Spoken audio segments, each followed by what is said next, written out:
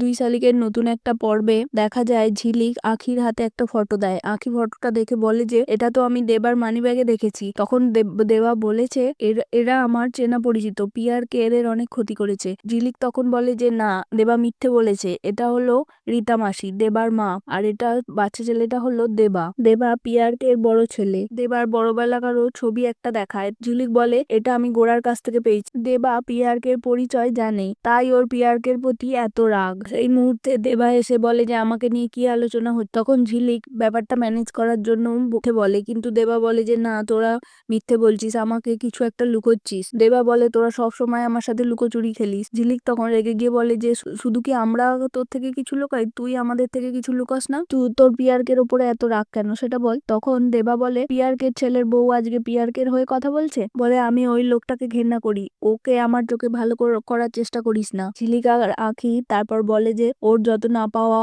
জিনিস, ওর সব মান সম্মান সব আমরা দুই শালিক মিলে ফিরিয়ে দেব। অন্যদিকে বস্তিতে সরস্বতী পুজোর জন্য তোড়জোড় চলছে। তখন পল্টু দেবাকে বলে, দেবা তুই অনেকটা বদলে গেছিস, ঝিলিক কোথায়? ঝিলিক প্যান্ডেল সাজাবে না? তখন দেবা বলে যে নাও একটা কাজে গেছে। তখন আখি এসে বলে যে হ্যাঁ সাজাবো না কেন। পর সবাই মিলে হাতে হাতে সরস্বতী পুজোর প্যান্ডেল সাজাতে থাকে। অন্যদিকে দেখা যায় গৌরব ঝিলিককে খুঁজতে থাকে, বলে যে কোথায় গেল, রান্নাঘরে নেই, কোথাওই নেই, বাড়ির সারা বাড়িতে নেই, কোথায় গেল। গার্গী অর্ক সবাই মিলে ঠাকুর নিয়ে বাড়ি আসে। তখন গার্গী বলে যে আখি তো আমাদের সাথে যায়নি। তখন গৌরব বলে যে ও তাহলে ও কি বস্তিতে ঠাকুর আনতে গেছে। অন্যদিকে আখি ভাবতে থাকে যে ছাতাবাড়িতে সবাই কত ভালোভাবে থাকে, তুমি ছাতাবাড়ির ছেলে হয়েও তুমি কত পরিশ্রম করো, কত কষ্ট করে বস্তিতে থাকো, তোমাকে আর আমি কষ্ট করতে দেব না, তোমাকে ভালোভাবে রাখার চেষ্টা করব আমি, বলে দেবার যত্ন নিতে থাকে।